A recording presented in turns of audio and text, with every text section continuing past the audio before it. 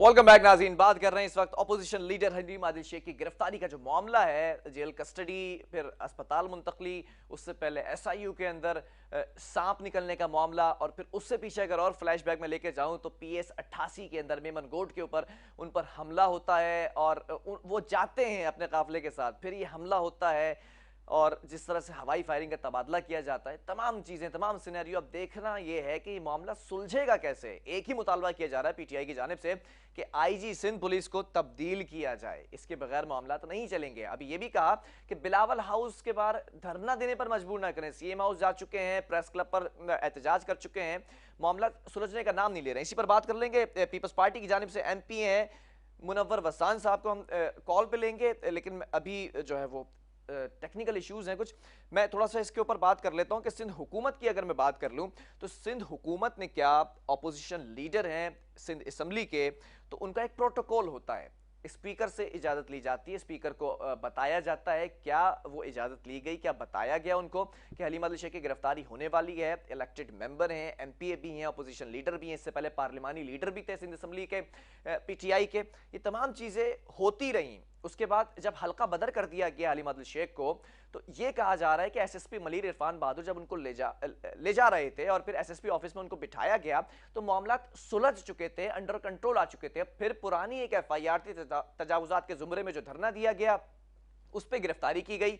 फिर दूसरे मुकदमात के अंदर एफआईआर काटी गई जिसके अंदर कार्य सरकार में मुदाखलत, दहशतगर्दी की दफात और फिर असले की नुमाइश पर जो पाबंदी होती है वो नुमाइश की गई। इसके जुमरे में तमाम एफआईआर, तमाम शिक लगाई गई।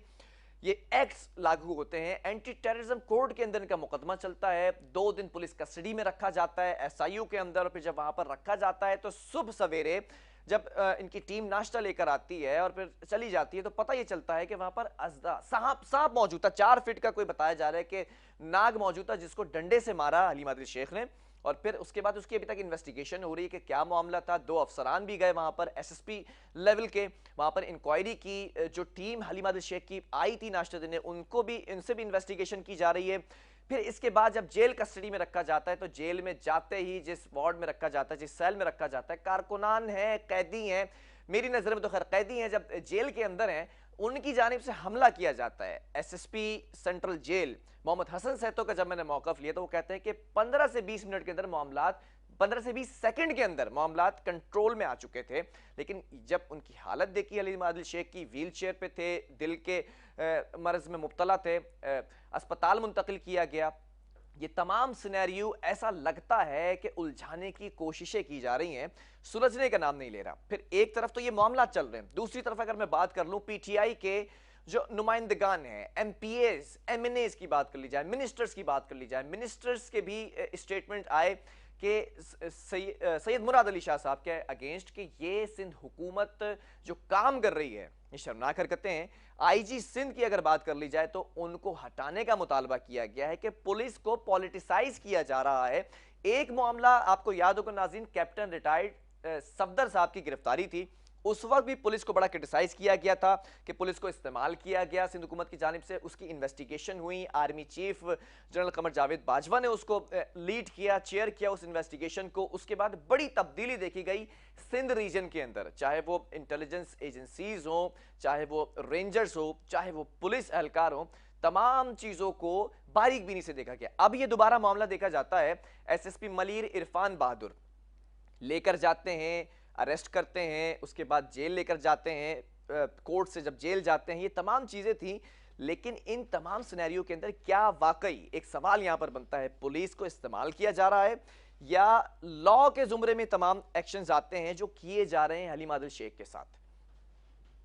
तो नाज़रीन, इस वक्त हमारे साथ मौजूद हैं पीपल्स पार्टी की नुमाइंदगी कर रहे हैं सरदार नज़ाकत साहब। सर साहब बहुत शुक्रिया ज्वाइन करने के लिए। जानना ये चाहूंगा, अपोजिशन लीडर हलीम आदिल शेख की गिरफ्तारी क्या समझते हैं, कानूनी पैराई में की गई है या नहीं?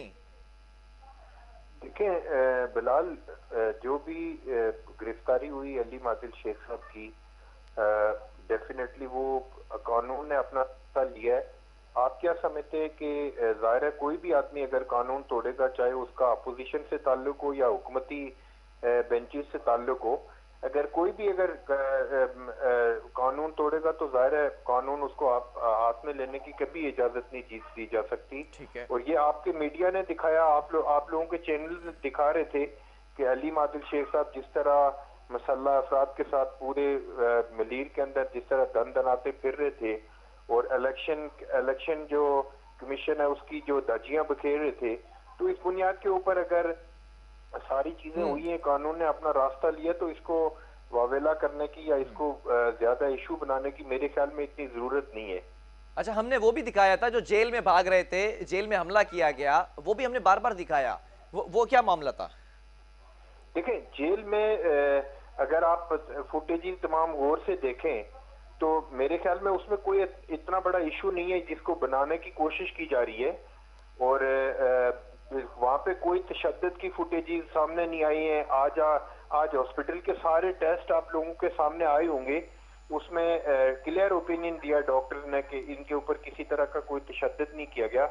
मेरे ख्याल में अलीम आदिल शेख साहब खामखा इस चीज की हाइट लेना चाह रहे हैं और इस चीज को क्रिएट करना चाह रहे हैं कि वो कहते हैं ना कि उंगली कटा के शहीदों में नाम लिखवाना चाह रहे हैं। तो मेरे ख्याल में इस दौर के अंदर किसी तरह की भी चीजें छुपती नहीं है।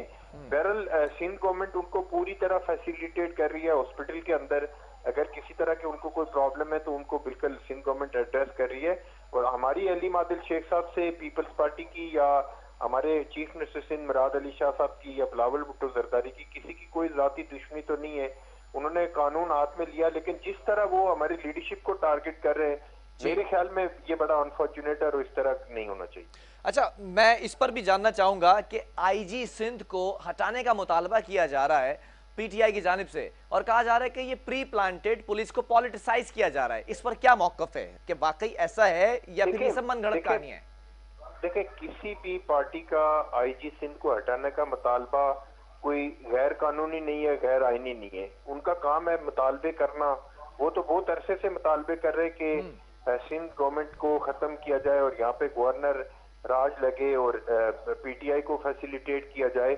और जो उनके फैसिलिटेटर है पीटीआई के, वो भी उनको यही आसरा दे रहे हैं कि शायद पीपल्स पार्टी का 1 महीना और चल रहा है, अगले महीने में आपको हम लोग गवर्नमेंट लेके दे देंगे, अगले महीने में लेके दे देंगे, तो ये तीसरा साल तो हो गया है। तो मेरे ख्याल में इस तरह के मुतालबात उनका अपना राइट है। मेरे ख्याल में गवर्नर को ये चीज ये जेब नहीं देता कि गवर्नर उसमें बैठ के सिंध गवर्नमेंट के खिलाफ इस तरह की और सिंध के जो इदारे या इदारे के कोई सरबराह के खिलाफ इस तरह की कोई बात अच्छा, करे। ये अगर गैर आईनी मुतालबा नहीं है जो सरदार साहब, अगर ये गैर आईनी मुतालबा नहीं है तो क्या माना जा सकता है मुस्तकबिल में? देखिए, किसी का मैं अगर उनके अभी मुतालबा करूं कि कल इमरान खान इस्तीफा दे दे, तो मेरे मुतालबे के ऊपर इमरान खान इस्तीफा तो नहीं देंगे ना। तो इसी तरह वो तो ऑपोजिशन बोल रही ना, ऑपोजिशन का तो राइट है बोलने का। गवर्नर सिंध जैसे गैर संजीदा आदमी कहने पे कौन आईजी को हटाएगा? नहीं, opposition leader has the right to ask ना। सुन ना बिलाल, सुन ले, अगर आईजी साहब हटेंगे तो वो भी कानून के जरिए हटेंगे ना।